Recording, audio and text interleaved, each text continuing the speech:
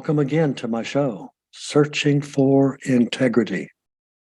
My name really is John Smith, and I'm searching for people with integrity. Why? Because our country suffers from IDD, Integrity Deficit Disorder.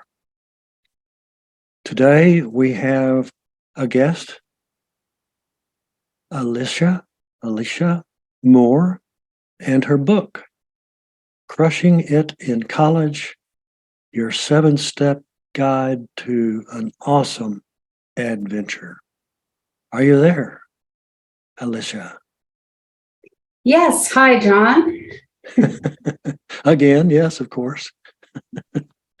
Well, what we'll do is just start off on something. I was going to pick something, and I had here that the motivation for me, whenever I was going to college, not knowing I could or could not, I just had to. I 3 days out of the Army, 6 days marrying my my wife, and then the kids came in 6 months, and I didn't have a whole lot of ideas about what I was going to do with it. I just knew that I had to be successful, and that motivated me all the way through and after at this. So how would you make a call on that? Well, John, as you may know, I am a firm advocate in college for everyone at any time, at any age, all throughout your life. I think higher learning is the key to having a successful, full, and joyous life. Right, sure. If you looked up 10 students, would-bes, do you have an idea of whether or not, just by their discussions and things at that point, do you look at them as the ones, these are guys that are going to be different and the others are not? These are the guys who are going to find something that they're not? And then that's when they slice in the cheese. Slicing the cheese. I love that. I actually think that the college environment is the perfect place for students or people that are stepping into their adulthood, first making that transition, first taking control of their lives. And college is so much more than just a vocational school or the degree you get.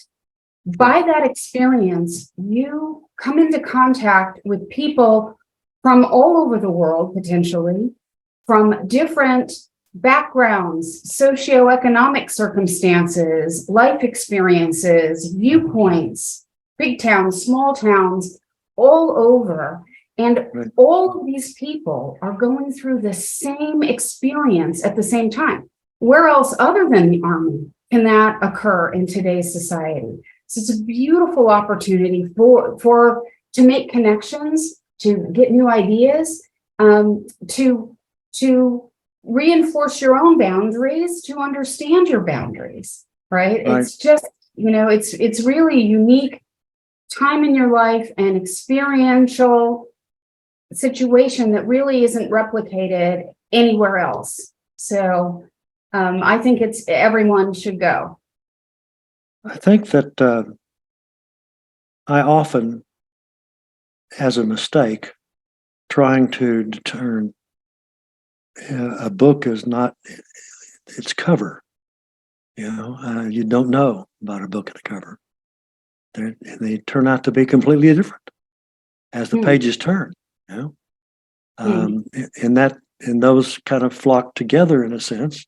There's a group that I remember, of course. Now this was in the this was in the early 70s, and and they just couldn't get to school and get on their own and smoke some dope. Okay. That's the fact. I saw more people that was their interest. That was their hobby. That was what they were doing. I got to be cool, man. So it has to be on the straight and narrow. If you don't do it, then you won't be on the straight and narrow anymore. You'll be on the crooked and the in the itsy bitsy penny. But John, so I think that is really where I start in my book. Huh? I think one of the common misconceptions is that college is going to do something for you. And I think that's really the wrong way to look at it. I think the way to look at it is start with you. What do you want to get out of this experience? There are a vast array of resources that are going to be available to you, and experiences and choices that you'll be getting to make. And I think before you start that journey, really understanding your own motivations and what you want to get out of it and what you're willing to put into it, and defining that for yourself as your North Star will help you make decisions as you come across people that might have different choices, different paths than yours, right. And you can sort through those. But by being exposed to them, you're going to be exposed to them in the real world anyway, So being exposed to them in an environment where, again, you're going through the same experience. Now, there are going to be some people who are going to cut class. You decide for yourself, are you going to cut class or are you going to go? And what will inform that decision is what you hope to get out of it. If you really want to maximize the advantage of having professors and TAs and other resources available to you, that's the advantage of college as opposed to, say, self-learning. Today, people might say, gee, I can get on YouTube and learn a bunch of stuff. Why should I go to college? And the answer is because you have resources and you have people that can guide you through the material and other people around you to learn from. It's really, it's a completely different experience than trying to cobble it all together on your own. Right. Well, I had an immediate family. Twins were born to us, and they turned out really well. But what do you do with that? If you think about that, and what is the sustenance? What are the ones that what lock down? What attracts people to that in terms of importance and lifestyles? You mean choosing to go to college or not go to college? No, you're going to college. You're going. Okay. You're on your way. Okay. You're on your way. All right. And now that you're on your way, you're having to take the steps that are necessary for you to continue to go your way. Yes, that's right. That's exactly right. Mm-hmm. And I think this is the key point. At this phase of a young person's life, this is where they are stepping into their own selves. They are defining what their future is going to be. And whether they realize it or not, they get the freedom. They all get that there's freedom. What they don't automatically get is the responsibility and the understanding that the choices that they're making set them on a path. Now, it may not be an irrevocable path, but they can choose a path that will accelerate them to their ultimate futures more quickly if they do that with intention, as opposed to by serendipity or accident. Right. We're all going to get somewhere sometime. Right. It's just whether you're going to get where you want to be, and the comfort and the confidence in knowing that you yourself have control over this destiny and you can do it. Mm-hmm. Getting in alignment with what your purpose is, however you define it. Doing that, the earlier that you can do that, the more impactful your life can be. Sure. The more joyful your life can be. Sure. So, yeah. What about those that look around and decide that maybe they should take this course or that course, or you thought you had made it up and were ready for it, but then you touch some of that. Well, I love that, actually. I mean, that's another thing that I think is an advantage of the college experience. And particularly if you have planned in advance what you want to get out of it, but not locked in necessarily to a specific degree or other. As your interests grow or as your interests diverge from that path, this is the perfect time to do that sort of experimentation, mental experimentation. Right. Be curious. Dabble. My point is dabble, but dabble with intention. So have an idea of what you'd like to get out of it, right? The infamous, this is not a perfect example, but Steve Jobs was auditing a calligraphy class.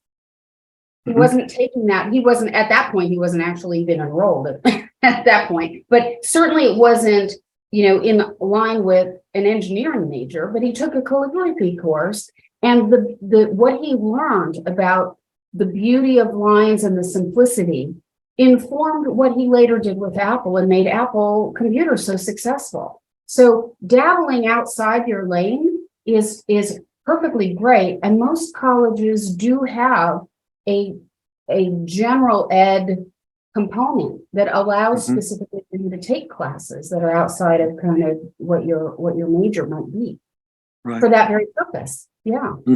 Yeah. I had a way of doing that about where I want to go. I'm already there at the school. But what I was going to do, and I did, I went to I'm in the School of Business. I went to the marketing office. I went to the statistics office. There are all those things what are you going to do with your business degree? And one of those was, of course, accounting. And that's where most people literally drop like flies. It's tough. So I was one day walking down the hall, and there's a professor, accounting professor, and he said, "What are you doing here on a Saturday?" I said, "What are you doing here on a Saturday?" And he said, "Well, I got this, that. I'm looking for a school. What I should do?" He said, "Well, let me talk to you." I said, "All right." He said, "How you doing on your first encounter with a semester?" I said, I had an A. Of course, now I was all A's everywhere because I had to, rank them all the same. And then he said, "What did you do in accounting 2?" I said, or 210 or whatever it was. And I said, "Yeah, I've made it that one too." And his eyes like popped out, okay? Like popped out. And he had a big cigar. This was on Saturday. This was a big cigar. And he looked at me and he says, "What is wrong with you, boy? What is wrong with you?"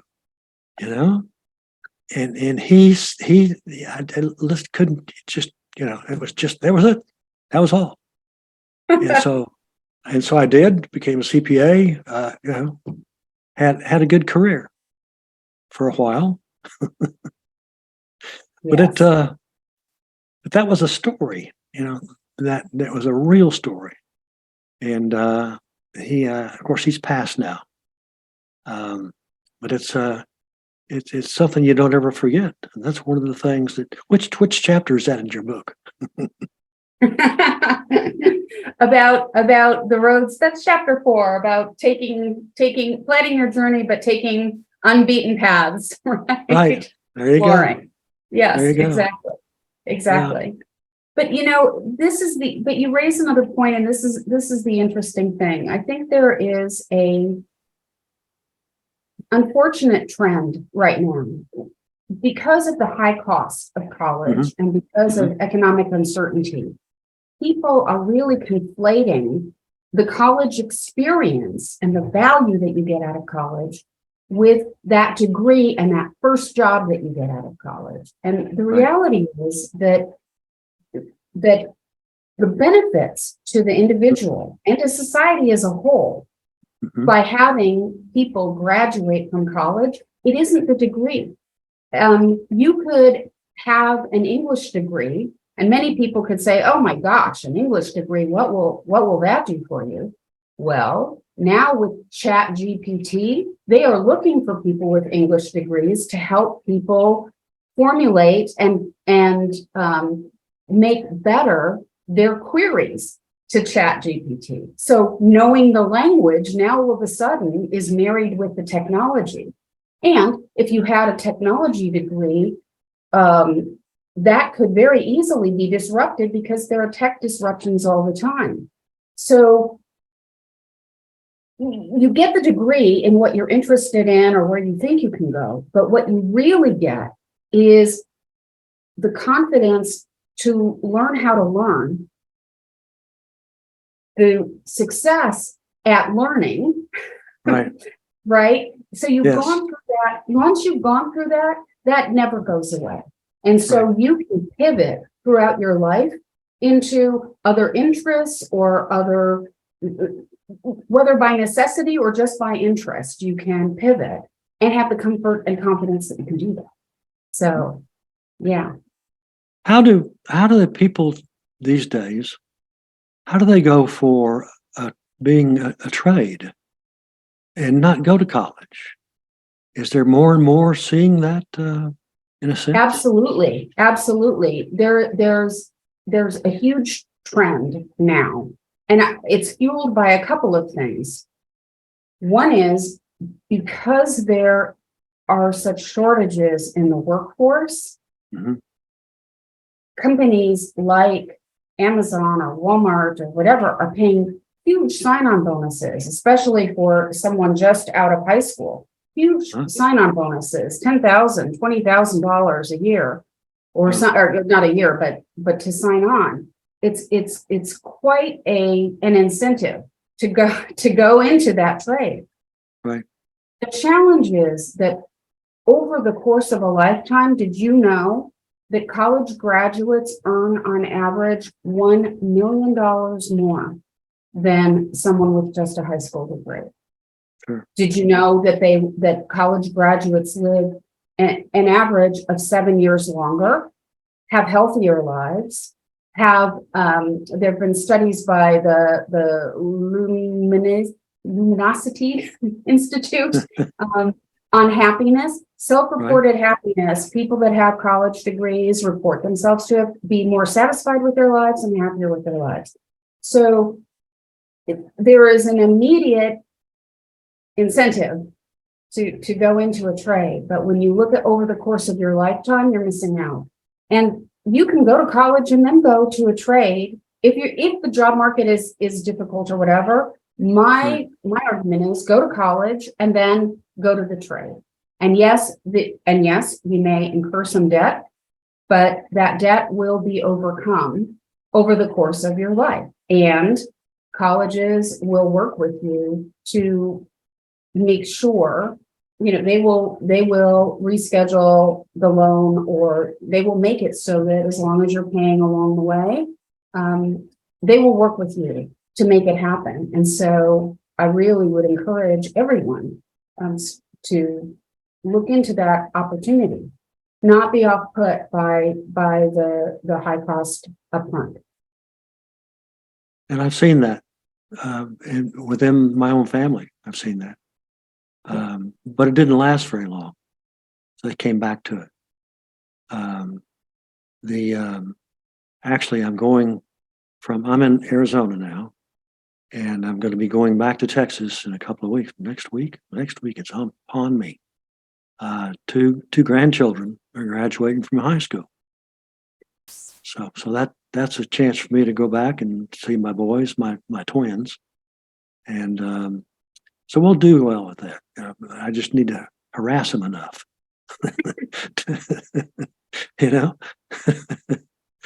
That's an old word in the Army. I'm sorry.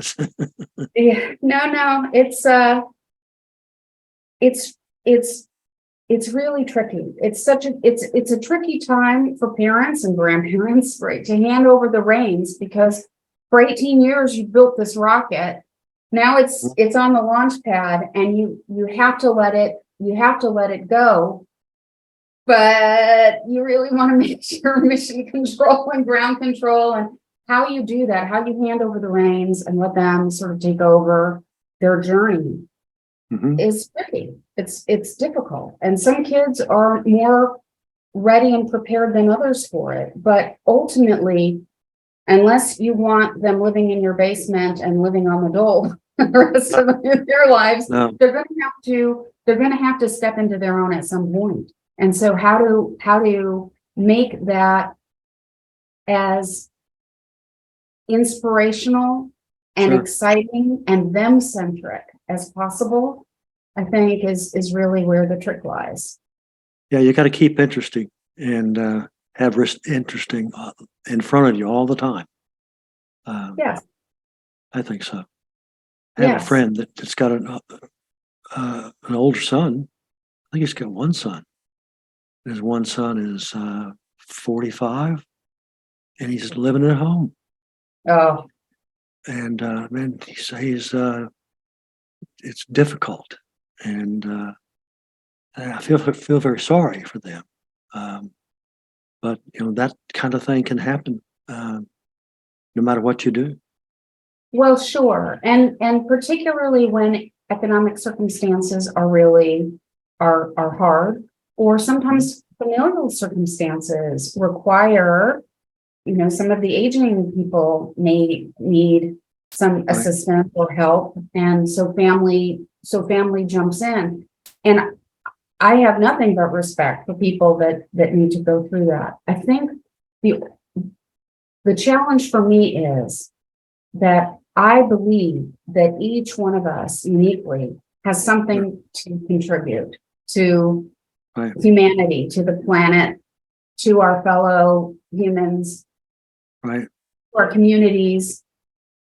So that the joy in being able to contribute in that way comes from within. That's a personal space. And so, you really want to make sure that everyone has the opportunity to tap into that, because that is where the joy in life, the satisfaction, and the benefit to everyone. Do you know that college graduates volunteer 67% more than high school graduates? So why why? Because many of them are much more in touch with themselves and their vision about life, and they know they can do it, and they do it, So it's that level of encouragement that isn't from teachers or professors, or it comes from within. And so how to awaken that within is the trick. Yeah. I know it well.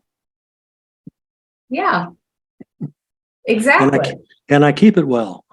And you know how to pivot. Yes, I do. You know how to pivot and to pick up and to do good and to make it good, which into the world, which is awesome. I mean, your integrity project, this is awesome. I think it is a worthwhile conversation, one that needs to be had, and I think it dovetails well with my mission, which is to get people to self-initiate, self-evaluate and initiate their contributions and what they can do, which is living in integrity with themselves. And it does good to the community as a whole. So I love it. Yeah, I do too. Now, back to your book. Tell my audience, my listeners, where to go to and how to get your book. All right. My book is available on Amazon. It's Crushing It in College, Your 7-Step Guide to an Awesome Adventure. It's available as an ebook or also by paperback. and it's on sale there. And if any one of your listeners is looking to buy in bulk, it will be available on Ingram Spark probably next week. I just approved the proofs of it on Ingram Spark. Okay. That's Yeah. good. That's Yeah. good. They did that same type of thing for my book 4 years ago. Same with this. Nice.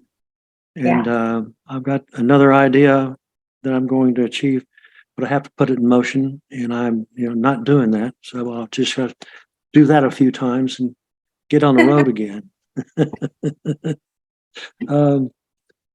Let's see. I have had a good time with the visit, and I think that my listeners are too. And I would like to thank you for being on the show today. It's a pretty good show. People tell me they like it, and I'm surprised. Nevertheless, I want to tell my listeners how to find you. If they were to find you, it would be in Amazon. Do you do any book openings, but those kind of things? I only just published, so I have not yet Okay. done a book tour, but I expect that I probably will be on the road at some point. At some point. At Right. some point to promote it, but yeah, no, it's very new, but it is graduation season, so hopefully people will see it as a good graduation gift to any of their high school graduates that they have in their lives. Well, I want to thank my listeners for tuning in to Searching for Integrity. So long, and happy trails to all.